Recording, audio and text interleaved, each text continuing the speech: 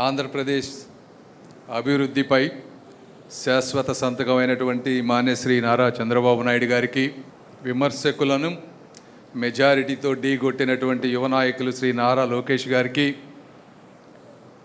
గాజువాక అదేవిధంగా తెలుగుదేశం పార్టీ కార్యకర్తలకు ప్రజలకు అభిమాన నాయకులైనటువంటి శ్రీ పల్లా శ్రీనివాస్ గారికి, వేదిక ముందున్నటువంటి పార్లమెంటు సభ్యులకు, కేంద్ర మంత్రులకు, రాష్ట్ర మంత్రులకు, ఎమ్మెల్యేలకు, నియోజకవర్గ అబ్జర్వర్లకు, నాయకులకు అందరికీ కూడా మనస్ఫూర్తిగా ధన్యవాదాలు. నేను రాజకీయాల్లోకి వచ్చింది ఫిబ్రవరి 2024. వచ్చిన వెంటనే నేను చాలామందికి తెలియకపోవచ్చు అప్పుడు, అయితే మొట్టమొదటిగా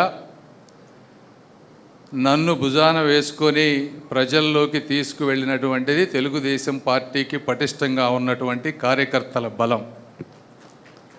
వాళ్ళు ఉన్నారు కాబట్టే అంత ఫాస్ట్గా వెళ్ళగలిగాం. ఇది ఫండమెంటల్ ఆస్పెక్ట్. దీన్ని ఎప్పుడు కూడా ఎవ్వరు ఏ నాయకులైనా కూడా మర్చిపోకూడదు. అదేవిధంగా మన కార్యకర్తలు ఉన్నారు. కార్యకర్తలకు ఎంతోమందికి ఈ రోజున చీఫ్ మినిస్టర్ రిలీఫ్ ఫండ్ ఇస్తూ ఉన్నాం. ఎక్కడ ఏ స్టేట్లో కానీ ఎక్కడా లేదు ఇది ఇంత అద్భుతమైనది. నేనే ఎన్నో చెక్కులు ఇచ్చాను. అదేవిధంగా ఇసుక భవన కార్మికులు ఒకప్పుడు ఘోరంగా ఉండేది. భవన కార్మిక ఉద్యోగ వాళ్ళకి జాబ్ లేక ఈరోజు ఇసుక పాలసీ అంతా మనం జీరో చేసాం.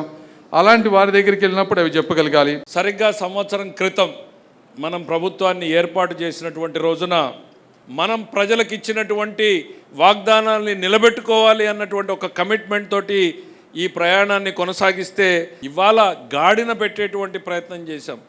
ఒకవైపు ఈ కూటమి ప్రభుత్వం వల్లనే ఈ రాష్ట్రం గాడిన నిలబడింది అనేటువంటిది రాష్ట్ర ప్రజానీకానికి మనం వివరించాల్సినటువంటి అవసరం వచ్చింది. జగన్మోహన్ రెడ్డి గారు అధికారంలోకి వచ్చినటువంటి మొదటి సంవత్సరంలో ఆయన పెంచినటువంటి పెన్షన్ 250 రూపాయలు, మనం పెంచింది 1000 రూపాయలు. సంవత్సరానికి 34,000 కోట్ల రూపాయలని మనం ఖర్చు పెడుతున్నాం.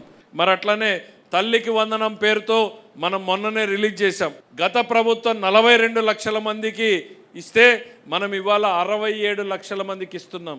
ఇవాళ సంక్షేమం డబుల్ చేయబడింది ప్రభుత్వంలో అనేటువంటిది మనం ప్రజలకు వివరించాల్సినటువంటి పరిస్థితి వచ్చింది. ఆయన మెగా డిఎస్సిని పాదయాత్రలో ప్రామిస్ చేస్తే 5 ఏళ్లలో డిఎస్సి గురించి మాట్లాడలేదు. అదే యువగళం పాదయాత్రలో లోకేష్ గారు డిఎస్సిని ప్రామిస్ చేస్తే మొదటి సంతకాన్ని పెట్టి ఇవాళ ఎగ్జామ్స్ చేస్తున్నటువంటి ఘనత కూడా ఈ ప్రభుత్వానికి దక్కింది అనేటువంటిది సందర్భంగా గుర్తు చేస్తున్నాం. దీపం పథకం కింద ఇప్పటికే 1 కోటి సిలిండర్ల పైన డెలివరీ చేయబడ్డాయి. ల్యాండ్ టైటిలింగ్ యాక్ట్ రద్దు చేశాం.